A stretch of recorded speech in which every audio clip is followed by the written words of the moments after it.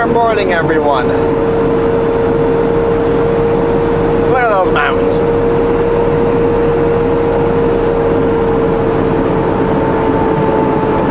Well, I wasn't expecting to be here at all. I'm gonna shift one lower gear here because I need just slight brakes to keep it, hold it from running down the mountain. There we go, no brakes required now. So, we're on the Coquihalla. How are we on the Coquihalla? We were going from, and my prediction was correct, we were going from Klesnikov to Richmond, which would mean we would stay on Highway 3 the whole time. But somehow, I'm on the Coquihalla.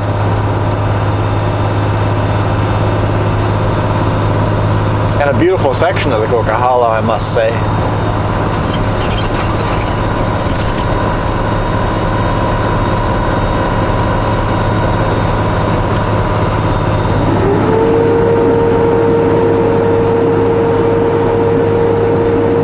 So, what happened yesterday afternoon, hey, that's an MTI truck? MTL, okay. Not an MTI truck. Almost the same logo. Here's the bear shed right here.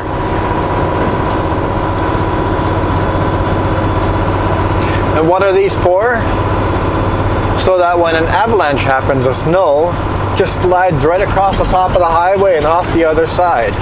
So they put these in places where there are frequent avalanches.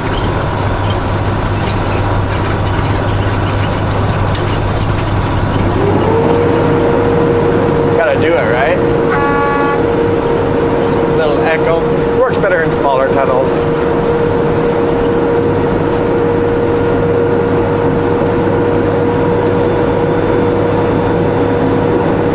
Oh yeah, what happened was yesterday afternoon between Karamias and Princeton,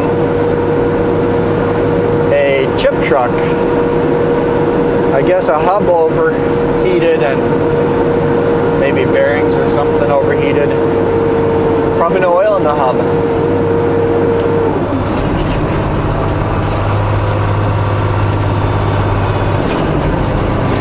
And he started a grass fire, and it sounds like he burnt down his own trailer, and it closed Highway 3 down. So we took the scenic route, which added a whole solid hour to our trip, and we are nowhere near close making it to our destination. Looks like I could upshift here a little bit.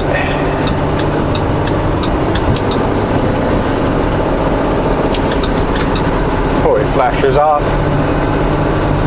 Just gotta be careful, there's another dip somewhere. I gotta downshift before that dip.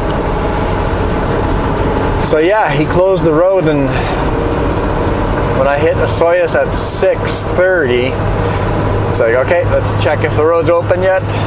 And they said, no ETA on the road opening, and the next update 8:30. It's like, well, I guess we're taking the long way around.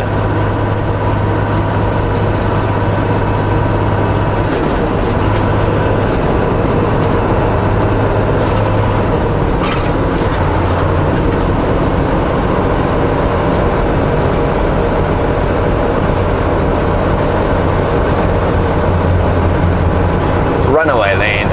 Nobody camping in there today. Every now and then you see someone parked in the runaway lane, and you're taking your life in your own hands if you do that, because every now and then there's a truck that uses that runaway lane.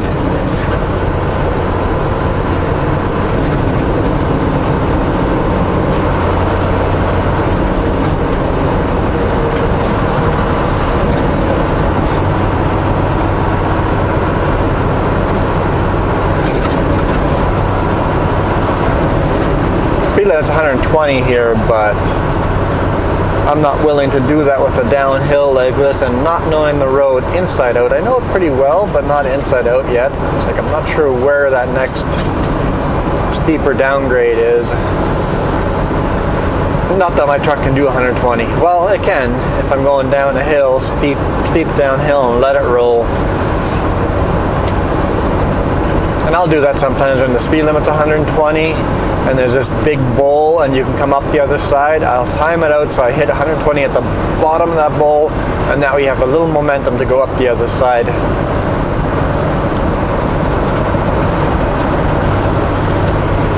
But we don't need momentum here. Momentum is our enemy right now.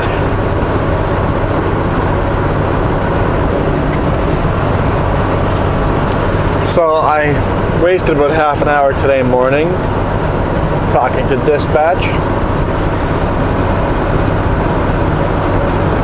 I'm like, I need to know if I'm going to the US or not. If I'm not going to the US, I can get going at 7 in the morning. If I'm going to the US, I have to wait till 9 before I get going.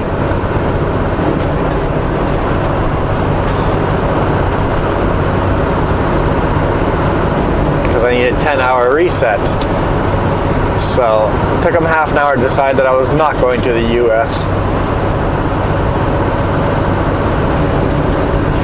But at least it's only half an hour, not 2 hours of waiting. That's always a downside of running US. You got to take 10 hours off. It's just too long.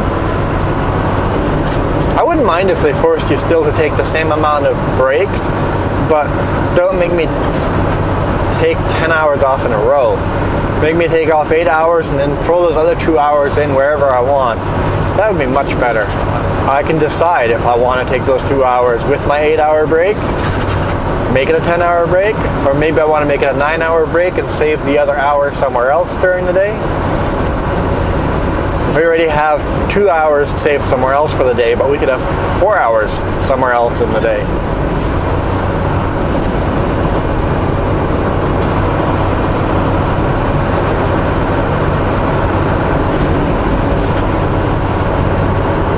Be like, hey, I'd like to take 3 meal breaks, and oh, that place is going to take a few hours before they can get to me, so I might as well take a break right now.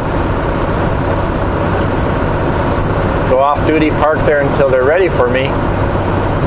Much better use of my time.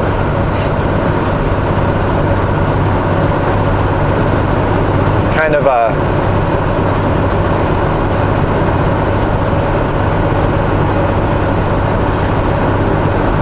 take Canadian law and US law and kind of merge them together.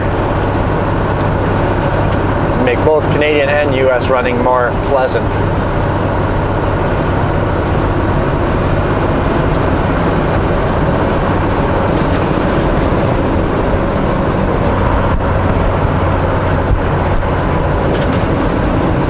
Not very smoky here. It's incredibly smoky in the Okanagan, but not too bad over here.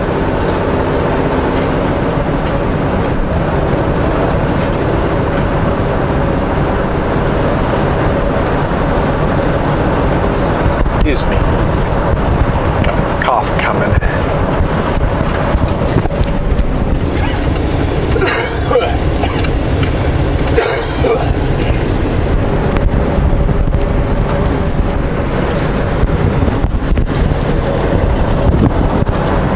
Sorry about that. Long as still trying to get the smoke out of. It's just yesterday was really bad. I was coughing all day yesterday. The smoke was so thick.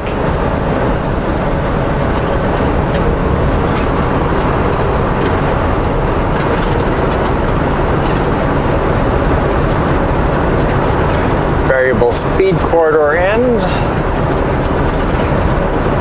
Most of the time the variable speed just sits at 120. But if there's an accident or in the winter, you have to really watch the variable speed. They can change to 80, 60, even slower.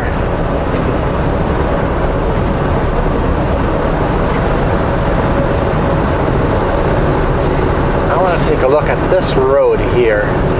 If I had wanted to, could I have slept here?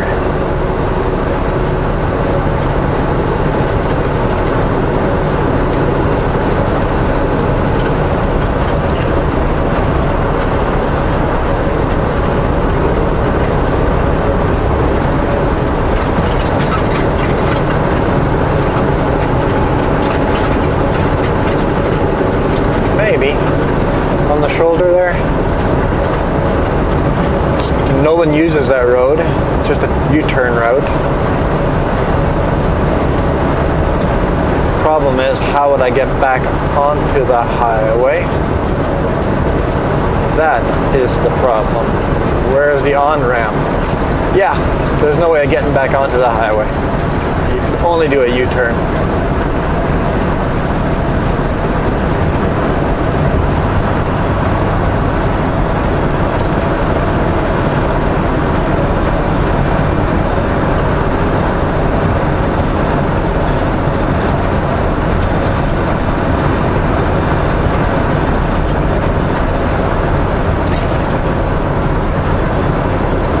Grab one lower gear.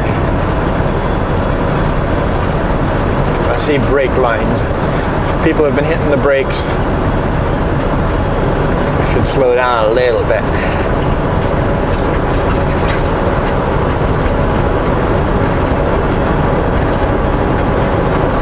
It's actually not bad. I might not have to pick a lower gear.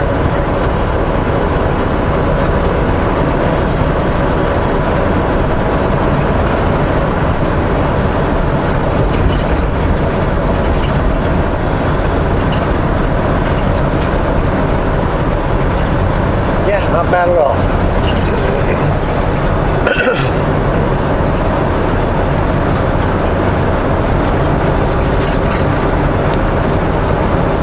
So according to Highway Thru Hell, this is the most dangerous highway in British Columbia.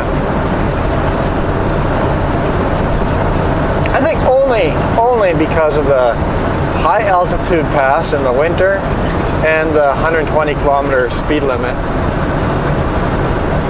High speed, high winter pass. That's where the variable speed comes in now. We can slow the speed limit down and prevent some accidents.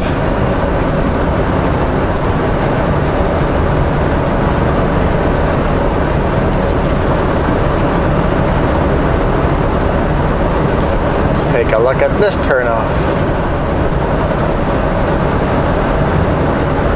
Oh yeah, this one's got a nice little side road there. That would have been an acceptable place to pull over and sleep.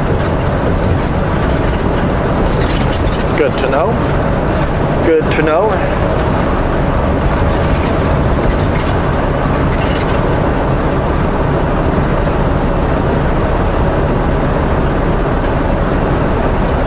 Oh, this is even better. So right along the road, there's a nice little pull-out for taking off your chains in the winter. That would have been the best place for me to sleep last night. Would have better used my time. I only had 30 minutes left on my time, but I knew I couldn't make it to Hope, so I parked up top at that last rest area, brake check. Lots of room to park up there, and I wasn't sure if there was anything between Hope and that brake check and Hope. So yes, there is. There is.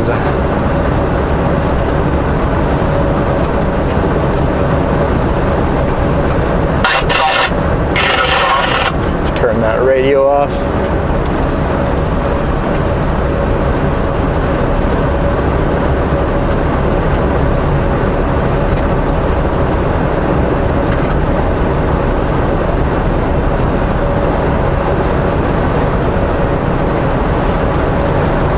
Yeah, so I've got two audible air leaks on my vehicle now.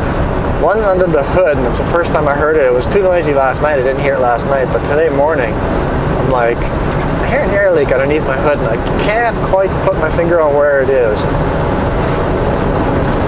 And then, of course, the air leak on my trailer still that I can't figure out exactly where that is either. If I would have had to wait in my 2 hours, I could have crawled underneath there and did some digging. I think Jess has some soap in here, some dishwash fluid, dishwash, whatever. And mix some water, and there's a spray bottle. Spray that over there and see if I can find where that leak is. next time I have some time, but this week I've not had time. And all the leaks are still passing the air leak test, where you stand on the brake with your windows open, listening for air leaks, and see if the needle drops at all on the air pressures. So with the Super Bs, I'm allowed to lose 6 psi, I want to say. 6 psi would be, yeah, I think 6 psi. Could be wrong. I can't remember. I'll have to look at my cheat sheet here. Can't remember. But it's the needle barely even nudges, so they're minor air leaks. Still safe to run the vehicle, but I do want to fix them. No air leak is a good air leak.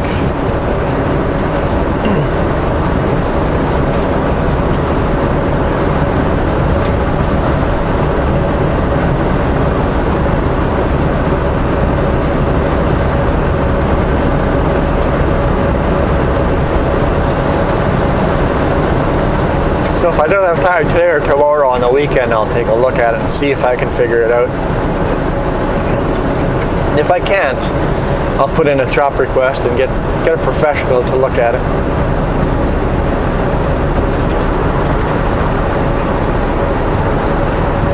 I'm not sure if that goes downhill or not. Grab a lower gear just in case. No, doesn't look like it. A little bit downhill.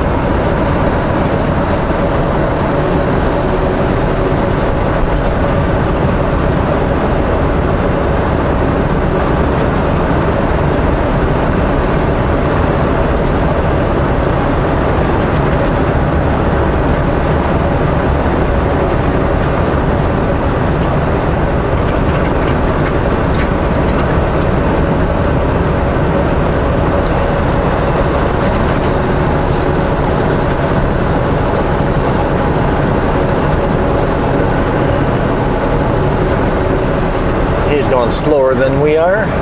There is one more dip here somewhere,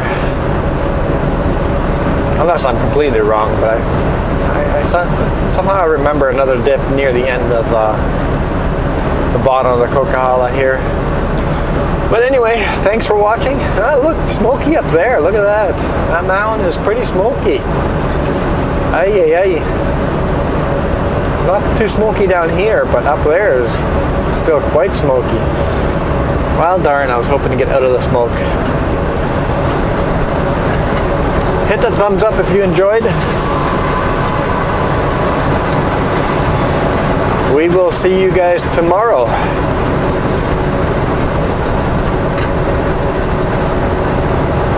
He is losing a lot of wood chips.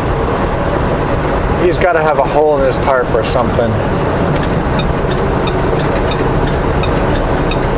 Raining wood chips.